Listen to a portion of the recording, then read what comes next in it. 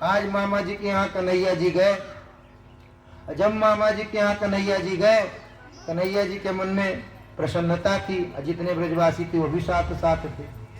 महाराज आज कुब्जा ने चंदन घिस करके भगवान को कंस का चंदन दे दिया। जितने ब्रजवासी थे थप थापक हुआ चंदन लगा लिए। अब सब के सब अच्छे ब्रजवासी दिखने लगे। ब्रजवासियों के मुखारविंद में जब तक तांबूल, आंखन में काजल और थापक हुआ चंदन न रहे, जब तक ब्रजवासी अच्छे नहीं लगते। नंद बाबा को देख लीजिए, 95 वर्ष के नंद बाबा। जैसे महाराज बाल गोपाल भयो, 95 वर्ष के नंद बाबा 16 साल के बन गए। रेशमी वस्त्र निकाले, पट्टी बांधी, मूछन पे ताव दी, यहाँ पर काजल लगाए और हमारा सीधे पटका मार के अष्टदैत 16 वर्ष के नंद बाबा बन गए और ठुमका मार के नाचने लगे। क्यों नाचने लगे? कि आत्मजी हुआ था लाला की खुशी में, हास उल्लास के साथ। तो आज ब्रजवासी महाराज सबके सब गए और आज कुब्जा को भगवान ने एक पैर, एक अंगूठा अपने पैर में रखा और हाथ पकड़ा और खींचा जैसे, तो नव यौवन सुंदरी बन गई कुब्जा। बोले भक्त वत्सल भगवान की जय। महाराज भगवान ने माधुर्यमय लीला की। एक महाराज उल्टा कह कह के सब बुलाते थे। एक फल वाली मालिन थी, उसको उल्टा, गमारियन, बाजन, पता नहीं क्या क्या कह के सब बुलाते थे। और महाराज प्रतिदिन फल लेकर आती थी। फल ले लो री, फल ले लो री। महाराज सभी जगह घूमती थी मगर उसका फल कोई नहीं लेता था। सब उसको है की दृष्टि से देखते थे, कहते थे इसका फल छूना ही, इसको छूना ही, इसका मुखारविंद देखना ही दोष। मगर मेरे कन्हैया महाराज उसी जाके उसी से कहते, मैया ये फल क्या मुझे दे दोगी? तो मैया ने कहा, लाला ये फल तो मैं दे दूंगी मगर इसके बदले में कुछ मोल देना पड़ता है। तो मैया ये मोल होता क्या है? कहने रे लल्ला तू बहुत भोला है रे, तू तो मोल भी जानता नहीं। आज तक तू यहाँ से जा, किसी ने अगर देखा तो मुझे डांट लगाएंगे। आज तक किसी ने मुझे मैया नहीं कहा। उस बूढ़ी माँ ने कन्हैया के प्रति कितनी श्रद्धा थी कि जा करके सब उसको उल्टा, गमारियन, पता नहीं क्या क्या कहते खिलाते थे बेचारी को। मगर आज वही कन्हैया मैया कह के उसे संबोधन किए और जैसे मैया कह के उसको बुलाए तो महाराज दौड़े दौड़े कन्हैया जी गए और बोले मैया फल दे दो। मगर मैया ने कहा, वाह लल्ला तू तो बहुत भोला है, तू तो इसका मोल भी नहीं जानता। अगर कोई व्यक्ति किसी से कोई चीज लेता है तो उसके बदले में उसको कुछ न कुछ देना चाहिए, ये मोल कहलाता है। महाराज कन्हैया जी ने कहा ये बात है, मैया ने बताया यह बात है, उस फल वाली ने बताया यह बात है। और कन्हैया जी गए दौड़े दौड़े और अंदर से धान लाए। और जब धान लाए तो छोटे से कन्हैया जी लिए दौड़े दौड़े, आधी धान गिर गई और आधी शेष बची। और जब महाराज फल तो दे दिया उस फल वाली ने, और जैसे फल दे दिया और फल दिया टोकरी में धान डाल दिए। आज वह फल वाली ने कन्हैया को गोद में बैठा लिया। उस फल वाली के कोई नहीं था इसलिए सबको इसको बाजन कहते थे। आज महाराज उस फल वाली ने कन्हैया जी को गोद में बैठा लिया और जैसे बैठाया और मैया कहा तो उस फल वाली के स्तन में दूध का संचार हो गया। महाराज इतना वो प्रेमासु भर गया। भगवान ने कितनी माधुर्य लीला की। और जब वह घर जाके उस टोकरी को रखी तो महाराज हीरे जवाहरात से वह टोकरी फुल थी। महाराज कितनी अच्छी भगवान ने लीला की कि बताइए उसका भी उद्धार किया भगवान ने। अब वह यह नहीं सोची कि वाह मेरा गोविंद मुझे साक्षात मिला था, मैंने गोविंद से मोल किया। आज वह कितनी दुखी थी कि आज बताओ भगवान से मोल किए। और भगवान ने थोड़ा सा धान्य क्या दिया, आज हमारा घर जगमगाता रहा। देखिए कोई राजा प्रसन्नम तो गज भूमि दानम। अगर कोई राजा प्रसन्न हो जाए तो महाराज केवल क्या देगा, एक हवेली दे देगा, है कि नहीं। अगर किसी से अगर कोई बहुत नामी है, हम कहते हैं बहुत संपन्न है घराना, अगर आप जाएंगे तो लाख 2 लाख, हम कहते हैं 10 लाख दे देगा, वक्त में दे दिया, मगर आगे आने वाले समय में ले भी लेगा। ठीक है, 2-4 हजार 10 हजार की मदद हर व्यक्ति कर देता है। मांगो उसी से जो दे दे खुशी से। परम पिता परमात्मा ऐसे हैं, बिन मांगे मोती मिले, मांगे मिले न भीख। कहते हैं बाबा बाबा सब कहाँ? बाबा बाबा सब कोई कहता है। जब जाते हैं भोले बाबा के दर्शन में, हे बाबा, हे महामृत्युंजय बाबा कृपा करो, बाबा से कह दिए तो उसी बाबा से आप मांगो, बाबा जरूर देंगे, मगर कब देंगे? जब भगवान को उस प्रकार मानो और मांगो उसी से जो दे दे खुशी से। इसी प्रकार परम पिता परमात्मा से मांगना चाहिए। राजा प्रसन्न होगा तो एक हवेली दे देगा। और भक्त तो ऐसे भी रहते हैं कि महाराज मांगने पर भी कोई कोई नहीं देता, वक्त में कभी कोई साथ नहीं देता। अपना चूल्हा जलता है तो नाथ कुटुंब परिवार सब साथ देता है, और अगर अपना चूल्हा नहीं जलता तो कोई साथ नहीं देता। महाराज वक्त में सब राधे राधे कह देते हैं, जब राधे राधे कह देते हैं तब फिर दुख होता है। फिर ये लगता है आज तो साथ नहीं दिया, आने दो, ये दिन मैं भी बताऊंगा। मन में यह संकल्प आ जाता है व्यक्ति। ऐसा नहीं करना चाहिए। देख लीजिए भोले बाबा ने कहा था पंडित जी को, तुम्हें एक फायदा तो पड़ोसी को डबल फायदा। मगर पंडित जी ने क्या सोचा था मन में, हमें एक क्यों होता है, पड़ोसी को डबल क्यों होता है।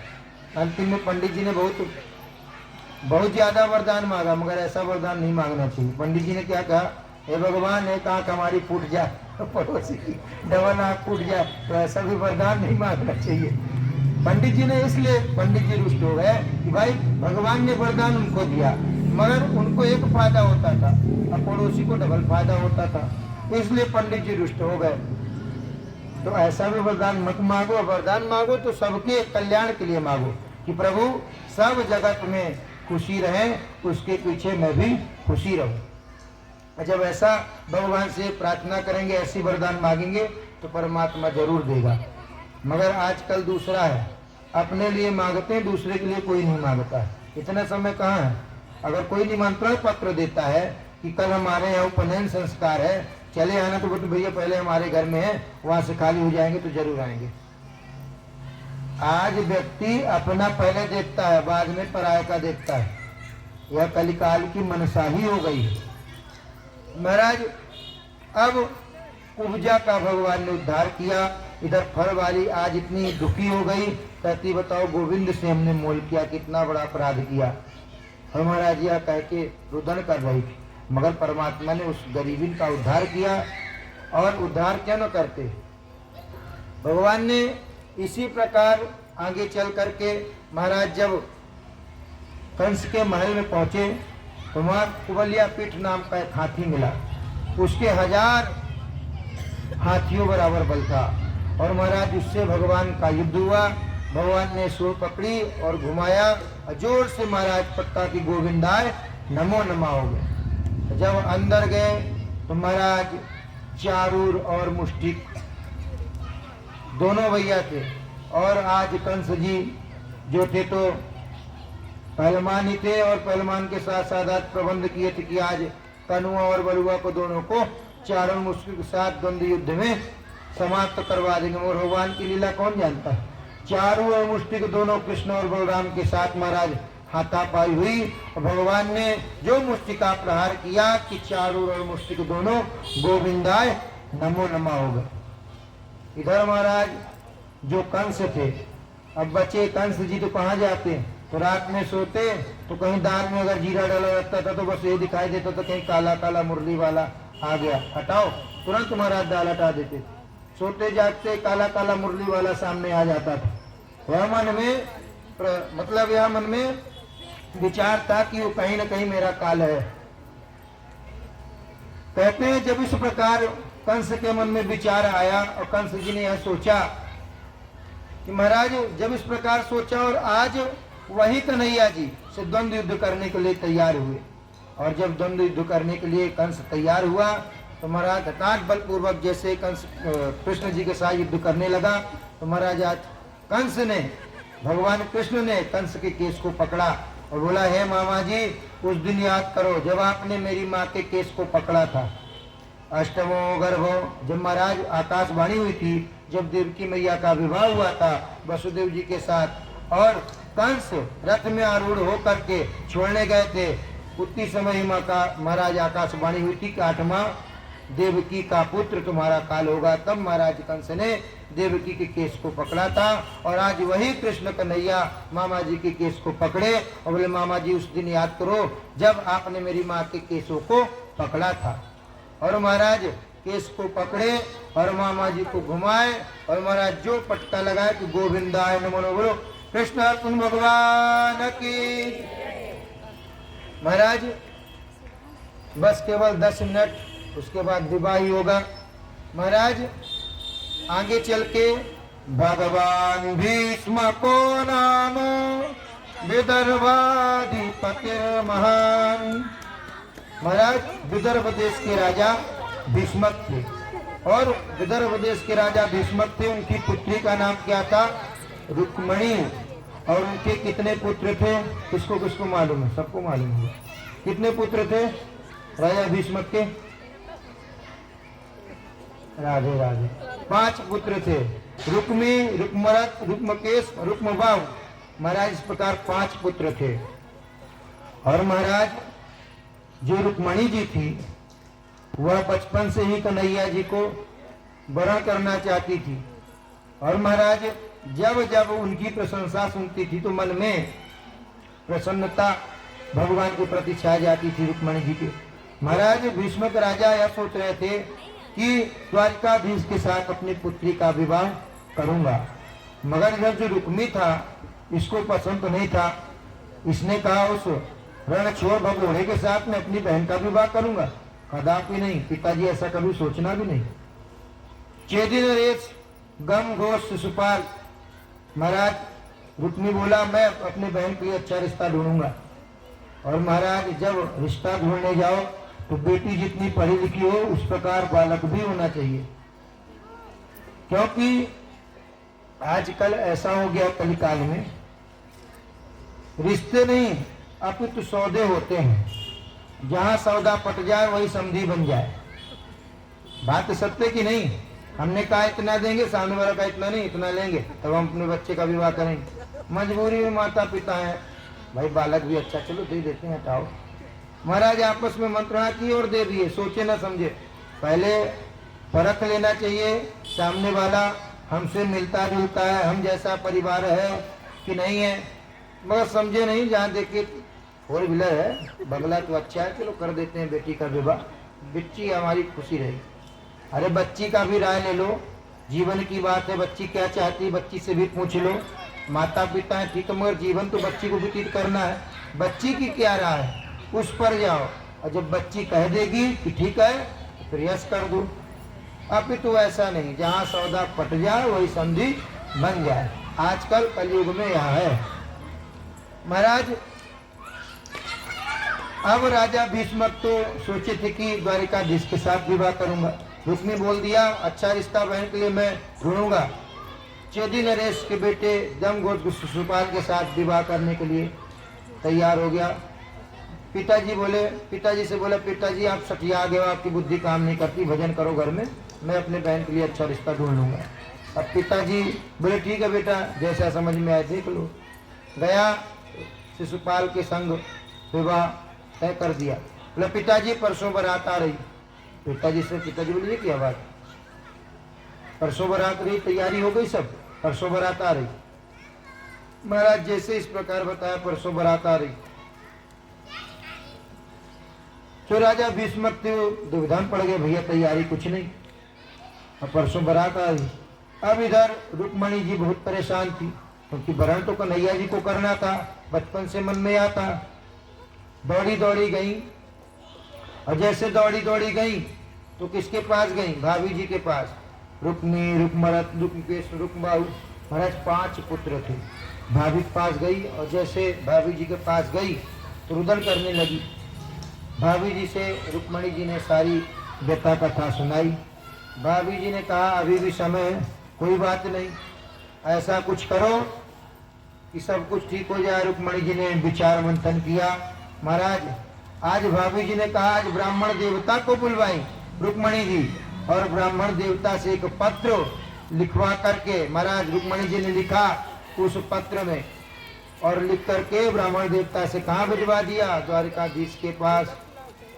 सुत्वा गुणान भुवन सुंदर शृण्वतान्ते। महाराज जब जब सुत्वा गुणान भुवन सुंदर, भगवान के सुत्ता माने सुन करके, गुणानुवाद उनके गुण और वाणी और स्वरूप और लीला को सुन करके रुक्मणी जी बचपन से उन्हें धीरे धीरे वरण कर ली थी। और यह मन में धारणा थी कि मगर मैं विवाह करूंगी तो द्वारिकाधीश के संग ही करूंगी। अन्यथा महाराज ब्राह्मण देवता को पत्र लिख करके द्वारिकाधीश के पास भेज दिया गया।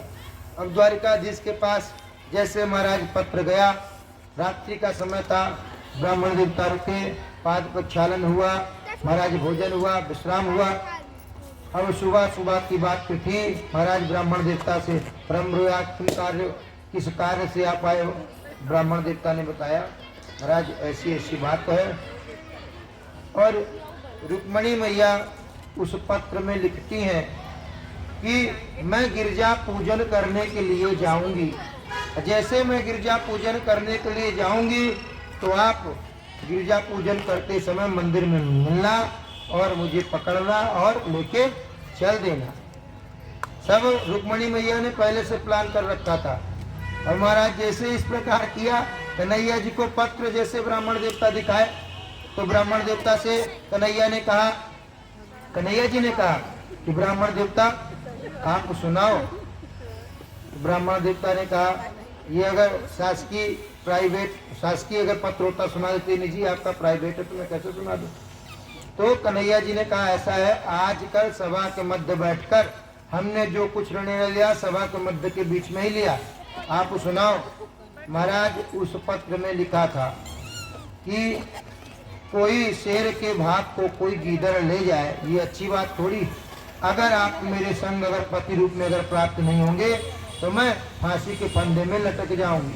महाराज रुक्मणी मैया ने इस प्रकार उस पत्र में दर्शाया था शब्दावली में। जैसे भगवान को यह पता चला कि महाराज इससे अच्छा बेकार है, तो चलो।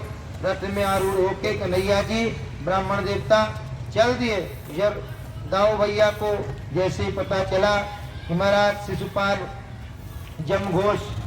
शिशुपाल इधर भीष्मक राजा की पुत्री का विवाह है, महाराज एक क्षण में सारी काया माया बलदाऊ भैया समझ गए और मूसल लिए और रथ में सवार हुए। बोले मैं भी चलता हूँ महाराज, वो भी चल दिए। कहने का भाव यह है कि जैसे भगवान पहुंचे तो राजा भीष्मक ने जब भगवान को देखा तो सबने यह सोचा महाराज दुल्हा तो यही होगा, बहुत सुंदर दिखाई देता है। सबने यहाँ ऐसे बर को जो बरे जन्मे और मर जाए बरिए गिरवर लाल को। मतलब ऐसा कह रहे हैं कि ऐसे वर को कौन भरे? भगवान को कौन नहीं चाहता कि मेरे दूल्हा बन जाए? सब चाहते हैं। देख लीजिए स्तुतिया गोपियां जो थी, गोपियां क्या बोली कि वो नकली पति को बोले, अपने अपने पति को बोले अरे वो तो नकली है, असली पति तो आप ही हो, असली पति तो आप ही हो जो सामने विराजमान हो। और जब आपकी कृपा हो गई तो उस नकली पति से कौन डर रहा है? तो परम पिता उसी प्रकार महाराज आज रुक्मणी मैया ने जैसे महाराज भीष्मक राजा कुंदनपुर जैसे भगवान पहुंचे भीष्मक राजा के यहाँ, तो महाराज रथ में सब के सब ने कहा देखो कितनी सुंदर कांति है यह दूल्हे की। और महाराज उस दूल्हे को देख देख के सब महाराज बहुत बड़ाई कर रहे थे। और जितने थे कोई देखता को दिखता रह गया। कान्हा जितने सुंदर थे, एक बार जिनकी छटा एक बार कोई देख ले तो महाराज वह दीवाना हो जाता था। और जितने ब्रजवासियां थी जितनी थी सब महाराज आके विराजमान हो गई। और आज महाराज सब देख रही हैं, मगर भीष्मक राजा जैसे देखे तो प्रभु पधारो, कन्हैया जी कैसे पधारो, आप चलो मैं आता हूँ। उन्हें तो पहले से लीला मालूम हो गई थी। और गिरजा पूजन करने के ताई रुक्मणी जी जैसे आई, मनु जाई राचो मिलाई सोबर सहज सुंदर सावरो करुणा निदान सुजान शील स्नेह जानत रावरो मनु जाई राचो मिलाई सोबर सहज सुंदर सावरो करुणा निदान सुजान शील स्नेह जानत रावरो हे बाती गौरी शीस सुन सिया सहित हिय हर्षित अली। महाराज जैसे ही रुक्मणी मैया गिरजा पूजन करने के लिए तैयार हुई, और जब गिरजा पूजन करने के लिए तैयार हुई और इधर कन्हैया जी आए, और ब्राह्मण देवता पहले साथ ही में थे। ब्राह्मण देवता ने सब समझा दिया कन्हैया जी को, पत्र पढ़ के कन्हैया जी आए। जैसे रुक्मणी मैया महाराज गिरजा पूजन करने के लिए देवी जी के अंदर गई, कान्हा जी भी अंदर गए और महाराज गिरजा पूजन होने लगी, भीड़ जमा हो गई। इधर कन्हैया जी ने रुक्मणी जी का हाथ पकड़ा और महाराज सीधे रथ में आरूढ़ हुए, वहां से सीधे चल दिए। और रुक्मणी वर्धन भगवान की। यहाँ पे भी सामने ब्राह्मण देवता बढ़िया पूजन कराएंगे, पाद प्रक्षालन कराएंगे। आप लोग भगवान का पाद प्रक्षालन करिएगा। जो व्यक्ति भगवान का पाद प्रक्षालन, भगवान को 16 श्रृंगार इत्यादि चढ़ाता है तो उसे रुक्मणी मैया सदा सौभाग्यवती का आशीर्वाद प्रदान करती हैं। और क्या होता है इस विवाह में, क्या गाते हैं लोग? तो आप लोगों से बनता, हमसे तो बनता नहीं है। एक भजन बस मैं गाऊंगा, फिर आप लोग गाइएगा। बाबूजी थोड़ा सहयोग करिएगा आप। प्रभु लाए रुक्मणी हर के, सावरिया जादू करके। प्रभु लाए रुक्मणी हर के, सावरिया जादू करके। प्रभु लाए रुक्मणी हर के, सावरिया जादू करके। दुज कुंदनपुर से आयो, दुज कुंदनपुर से आयो। एक प्रेम पत्रिका लायो, एक प्रेम पत्रिका लायो। प्रभु चले प्रेम में भर के, सावरिया जादू करके। प्रभु चले प्रेम में भर के, सावरिया जो ताली नहीं बजाएगा महाराज बगल वाले के पास सिर में बैठ जाएगा। बाद में नहीं कहिएगा। और जो ताली नहीं बजाएगा, भजन नहीं गाएगा, उसकी 6 कन्या होगी। इसलिए ताली बजाइए और भजन जरूर करिए। प्रभु लाए रुक्मणी हर के, सावरिया जादू करके। प्रभु लाए रुक्मणी हर के, सावरिया जादू करके। वर बनी आयो शिशुपाला, वर बनी आयो शिशुपाला। तहाँ पहुँच देव की लाला, तहाँ पहुँच देव की लाला। सब देखन चले उमड़ी के, सावरिया जादू करके। सब देखन चले उमड़ के, सावरिया जादू करके। या दूल्हा श्याम सलोना, आया दूल्हा श्याम सलोना। जाके अंग अंग में तोला, आया के अंग अंग में तोला। अगुण सिमति सकल सुंदरी के, सावरिया जादू करके। गुण सिमटे सकल सुंदरी के, सावरिया जादू करके। सब पुर नर नारी मनावे, सब पुर नर नारी मनावे। रुक्मणी कृष्ण पति पावे, रुक्मणी कृष्ण पति पावे।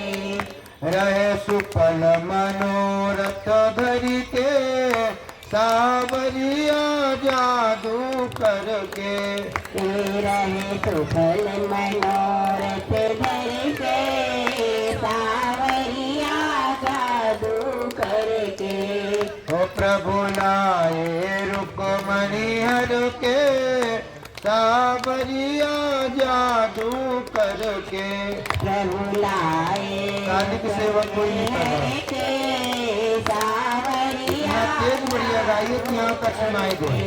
इतनी संख्या है। लाए रुक्मिणी हर के सावरिया जादू करके। असुरों कमान करी मर्दन,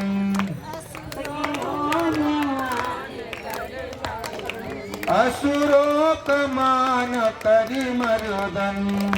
असुरों का मान कर मरन। दुल्हन ले चले जनार्दन, दुल्हन ले चले जनार्दन। सठ रहे गलान में गरी के सावरिया जादू करके। सच रहे गरी के सावरिया जादू करके। प्रभु लाए रुक्मणी हर के सावरिया जादू करके। प्रभु लाए रुक्मिणी हर के सावरिया जादू करके।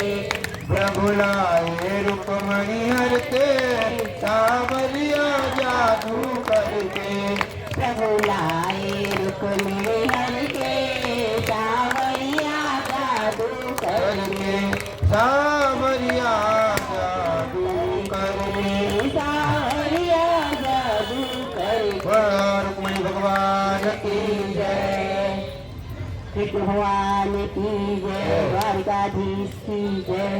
यहाँ पे जितने भक्त विराजमान है सबकी जय। मगर राधे राधे की अपेक्षा भजन में बढ़िया सहयोग करें। और जब तक भजन अच्छे से नहीं गाएंगे तो यहाँ तक आवाज हम अकेले कहाँ तक गाएंगे। आप ही लोग को सहयोग के अनुकूल तो मैं गाता हूँ। अब क्या कहते हैं विवाह में क्या होता है मेरे मालूम नहीं, कुछ गाया जाता है। लीजिए माइक ले लीजिए। लो भैया दे दो उधर। बनता ही नहीं है हैं? नहीं, अरे हमसे बनता हो तो तुम गा ही नहीं देते। ना आप लोग सुनाइए, हम श्रवण करेंगे। सुनिए, अच्छा लगता है। थोड़ा रेस्ट भी ले लें। महाराज के लिए तो बना पंच का कर। देखिए बाबूजी क्या कह रहे हैं। अपना कहीं रात समझ तो हम लोग के चल रही।